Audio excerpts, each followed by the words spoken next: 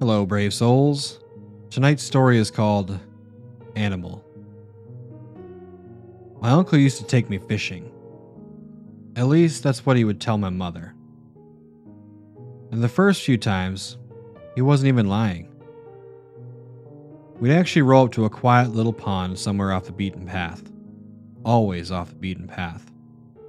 He put a rod in my hand and watched me struggle with it for a bit before coming up behind me and gently guiding my arms. "There you go," he said in his easy drawl. "That's the way you do it." Many times he would guide my form.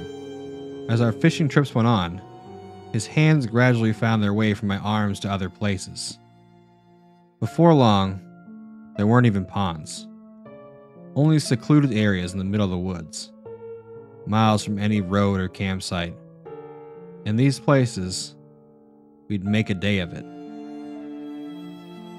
I didn't like it, but I knew my options. "I'll tell your mommy you wanted it," he said. I believed him. I didn't stop to realize this could incriminate him, too. All I could see was my own shame, and the surest way to make it worse. Once, on a cold, gray afternoon at the beginning of fall, he took me deeper into the woods than usual. The chill in the air didn't faze him. "It'll be invigorating," he said. "The breeze against your skin. Besides, we'll keep each other warm." He chuckled lowly and brushed a rough knuckle against my skin. My heart sank. Twigs and pebbles scraped against my bare back as our fishing trip began in earnest. I broke away from a sloppy, beer-soaked kiss for a bit of air. But what filled my lungs wasn't much better. Mingling with the yeast and hops was an odor of a different kind. Half vegetation, half meat, all decomposition. Something had probably died nearby, I reasoned. My uncle didn't seem to notice or care. If I hadn't turned my head to the left at that moment, I might not have seen it. Two eyes, small, back, and squinted, peered out from the brush.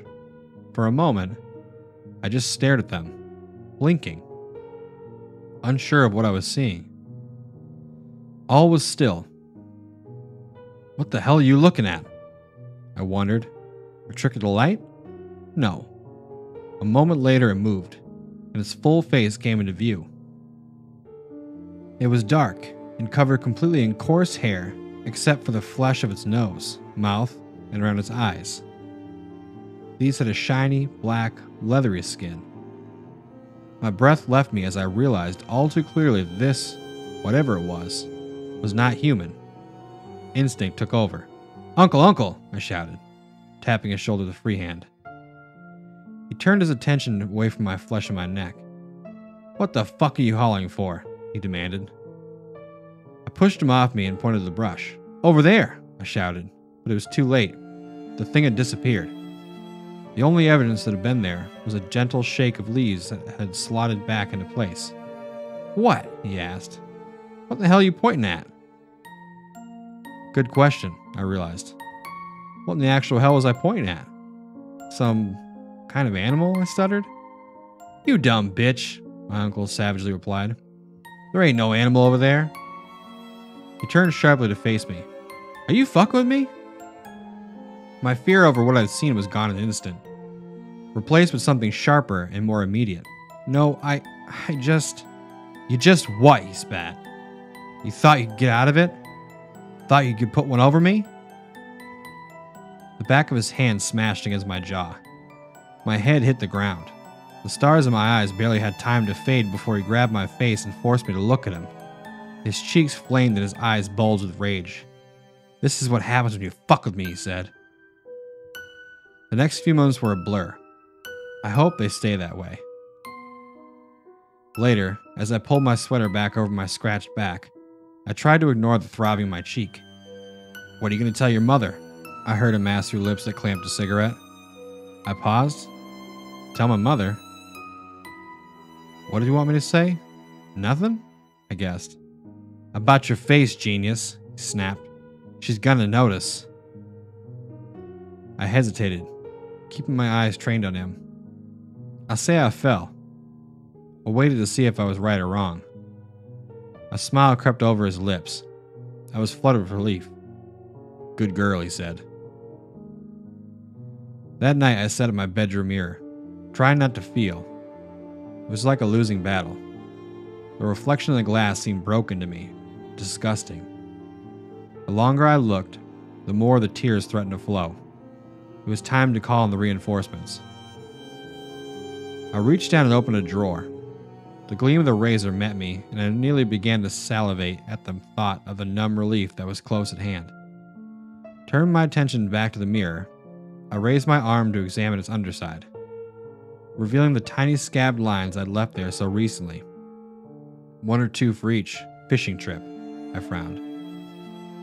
There was so little room left, but I was sure I could find a spot. I always did. The blade had just barely made contact with my flesh when I heard a sound. What was it? Rustling? Shifting? I turned swiftly toward its source, my bedroom window. Instinct overpowered judgment, and I raced to look out. Nothing.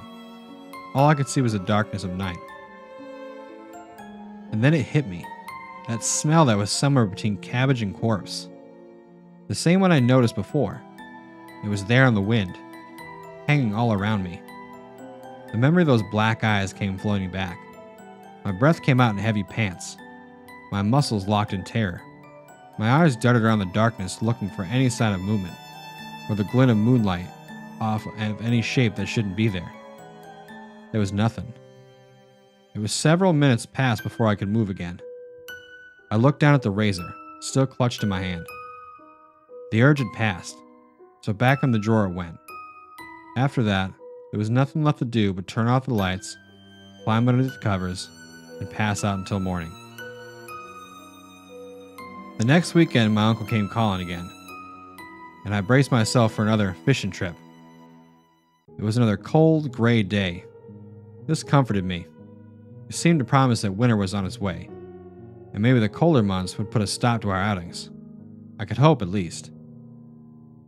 We landed at a secluded spot at the base of a cliff. This is the place, my uncle said. It's nice, quiet.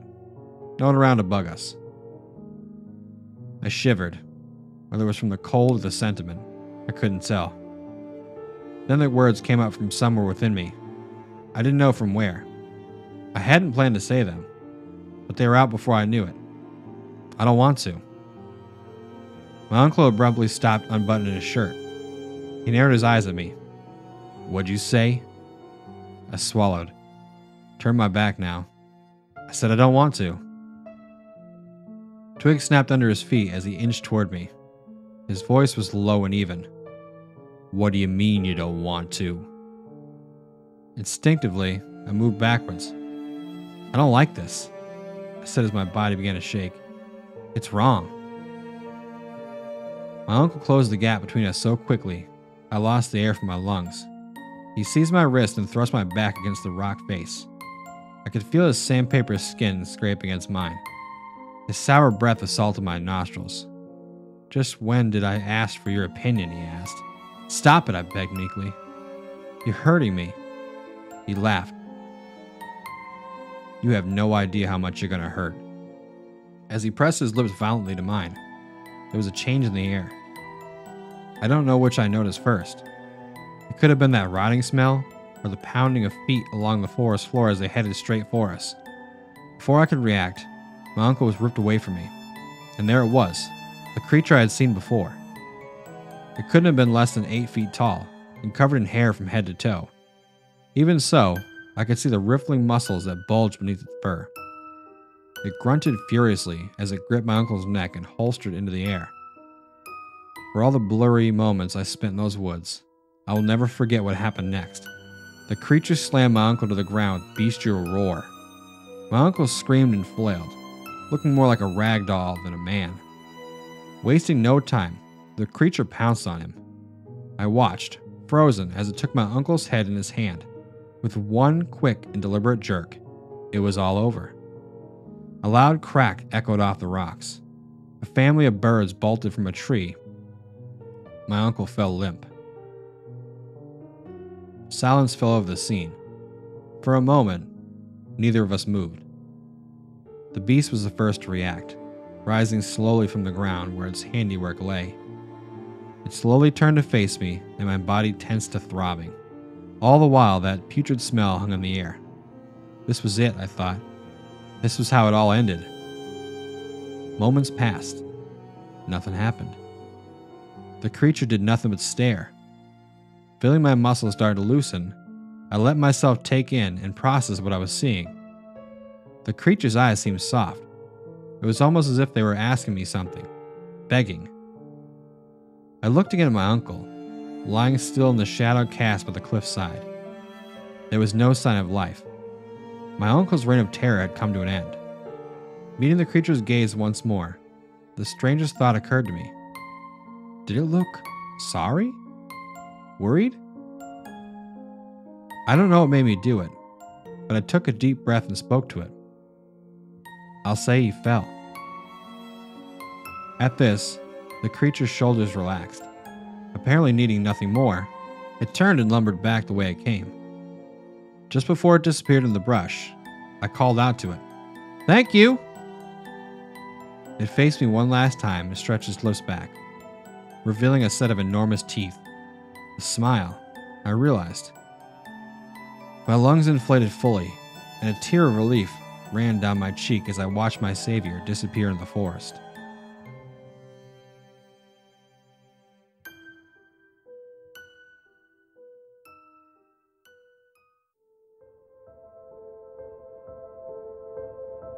Thank you for listening, and I hope you enjoyed the story.